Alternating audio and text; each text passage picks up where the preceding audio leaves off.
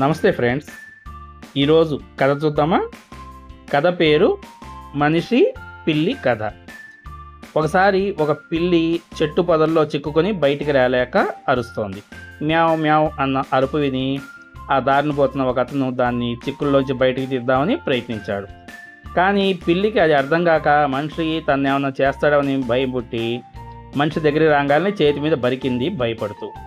ఇక దీన్ని చూసి ఇంకొక అతను పోనీలే అలాగే వదిలే, అది జంతువు, దానికి బయటికి ఎలా రావాలో తెలుసు అన్నాడు. కానీ మొదట అతను తన ప్రయత్నం వదలలేదు. మళ్ళీ ప్రయత్నించి మొత్తానికి పిల్లిని ఆ చిక్కుల్లోంచి బయటికి రక్షించాడు.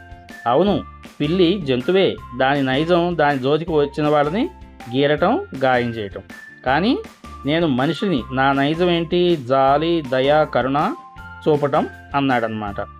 అంటే దీంట్లో నీతి ఏంటయ్యా అంటే, నిన్ను అందరూ ఎలా ఆదరించాలని అనుకున్నావో అలాగే నువ్వు కూడా ఎదుటి వాళ్ళని ఆదరించు, నీ మానవత్వపు విలువలు వదలకు, మర్చిపోకు అన్నది ఈ కథలోని నీతి అన్నమాట.